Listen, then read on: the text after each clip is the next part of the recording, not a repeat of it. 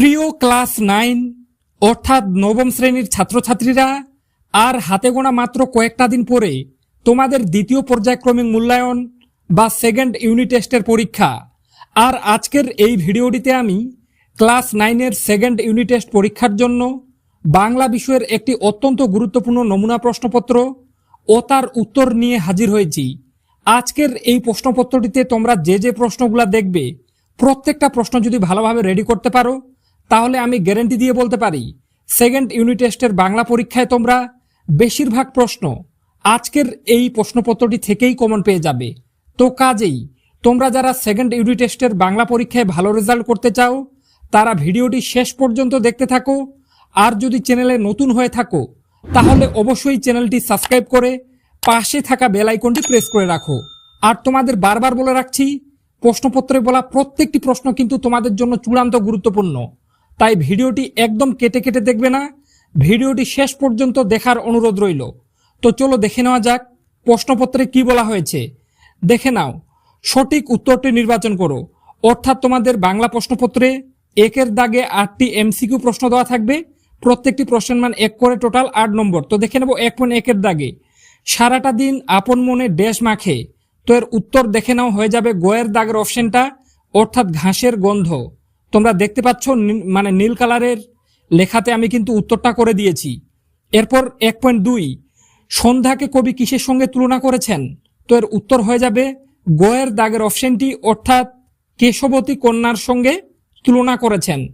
এরপর 1.3 রাধারানী রথের মেলায় গিয়েছিল। তো এর উত্তর হয়ে যাবে খয়ের দাগের অপশনটি, অর্থাৎ আষাঢ় মাসে।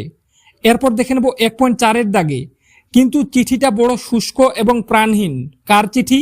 তো এর উত্তর হয়ে যাবে খয়ের দাগের অপশনটি, অর্থাৎ মিসেস স্টাডিয়ের। এরপরে দেখে নেব 1.5-এর দাগে কি আছে? পক্ষী বিজ্ঞানীদের সম্মেলনের চেয়ারম্যান ছিলেন। তো এর উত্তর হয়ে যাবে কয়ের দাগের অপশনটি, অর্থাৎ গ্রেনফেল। এরপর 1.6 উর্দু সাহিত্যের মূল সুর কোন ভাষার সঙ্গে বাঁধা? তো এর উত্তর হয়ে যাবে খয়ের দাগের অপশনটি, অর্থাৎ ফরাসির সঙ্গে। এরপর 1.7 কি আছে? জ্যোৎস্না শব্দটি হলো, উত্তর হয়ে যাবে খয়ের দাগের অপশনটি, অর্থাৎ অর্ধ তৎসম শব্দ। এরপর 1.8 কি আছে? ক্রিয়ার কালমট, উত্তর হয়ে যাবে কয়ের দাগের অপশনটি, অর্থাৎ 3 প্রকার। এরপর দেখে নেব 2-এর দাগের প্রশ্ন। তার আগে তোমাদেরকে জানিয়ে রাখছি, এইরকম ভাবে আমি প্রতিনিয়ত তোমাদের জন্য সেকেন্ড ইউনিট টেস্ট পরীক্ষার জন্য গুরুত্বপূর্ণ সাজেশনমূলক ভিডিওগুলো চ্যানেলে নিয়ে আসব। তাই সেই ভিডিওগুলো যাতে সবার আগে তোমার কাছে পৌঁছে যায় এবং সেই ভিডিওগুলো দেখে তোমরা সেকেন্ড ইউনিট টেস্টের পরীক্ষায় ভালো রেজাল্ট করতে পারো, তার জন্য তোমরা অবশ্যই এই রিয়াজ টিউটোরিয়াল চ্যানেলটি সাবস্ক্রাইব করে পাশে থাকা বেল আইকনটি প্রেস করে রাখো। তো চলো দেখে নেওয়া যাক। এরপরে 2-এর দাগে কি আছে? কম বেশি 15টি শব্দে উত্তর দাও। অর্থাৎ 2-এর দাগে তোমাদের 15টি শব্দের উত্তর দিতে হবে। এখানে টোটাল 8টা প্রশ্ন দেওয়া থাকবে, 1 × 8 = 8 নম্বর। তো দেখে নেব 2.1-এর দাগে কি আছে? নব সৃষ্টি প্রবন্ধে কোন দুটি ভাষার শব্দ ব্যবহার, মানে নব সৃষ্টি প্রবন্ধে কোন দুটি ভাষার শব্দ বাংলা ভাষায় সবচেয়ে বেশি প্রবেশ করেছে? তো এর উত্তর হয়ে যাবে আরবি ও ফরাসি। এরপর 2.2 আকাশে 7টি তারা কবিতায় কবি কোন কোন গাছের নাম উল্লেখ করেছেন?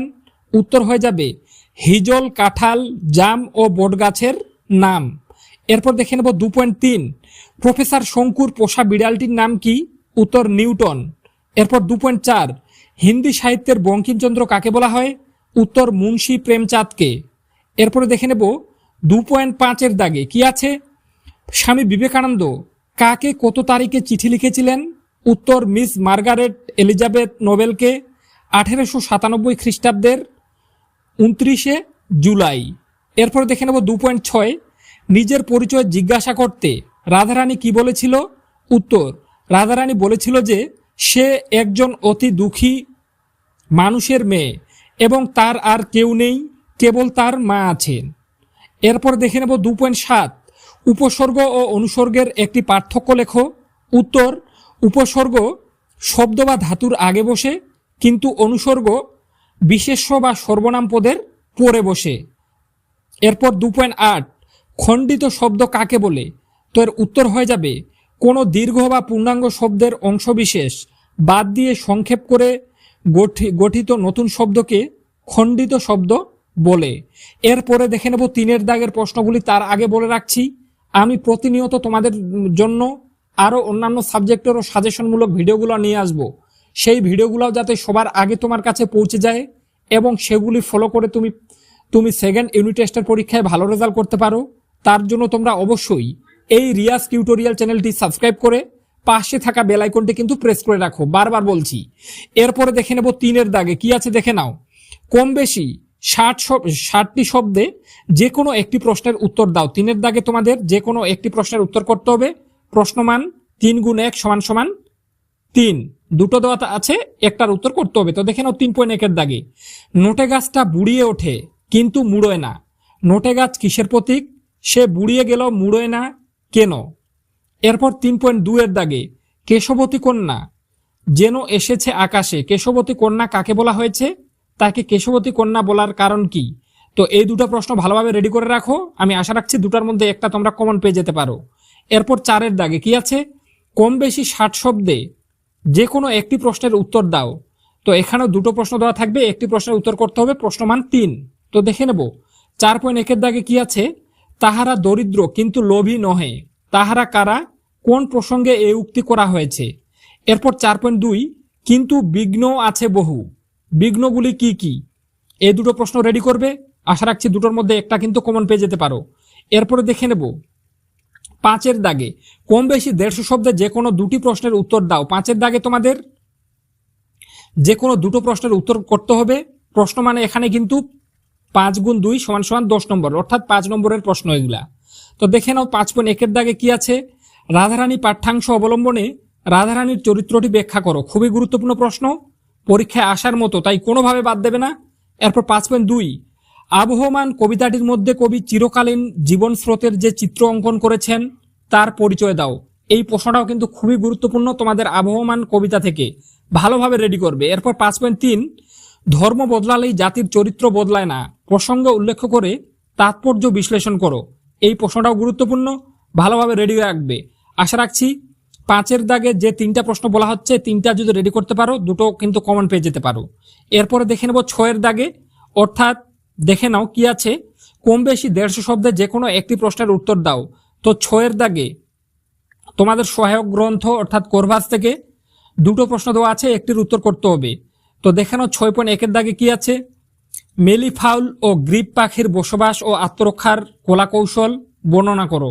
এই প্রশ্নটা খুবই গুরুত্বপূর্ণ, পরীক্ষায় আসার মতো, ভালোভাবে রেডি করবে। এরপর 6.2 দাগে, কোরভাসের মানব সুলভ বুদ্ধিমত্তার পরিচয় দাও। তো কোরভাস থেকে এই 2টো প্রশ্ন যদি রেডি রাখতে পারো, দুটোর মধ্যে একটা কমন পেয়ে যেতে পারো, আমি আশা রাখছি। তো বন্ধুরা, আশা রাখছি আজকের ভিডিওটির মাধ্যমে তোমরা একটু হলেও উপকৃত হয়েছো। যদি ভিডিওটি ভালো লেগে থাকে তাহলে অবশ্যই ভিডিওটিতে একটি লাইক করে দিও।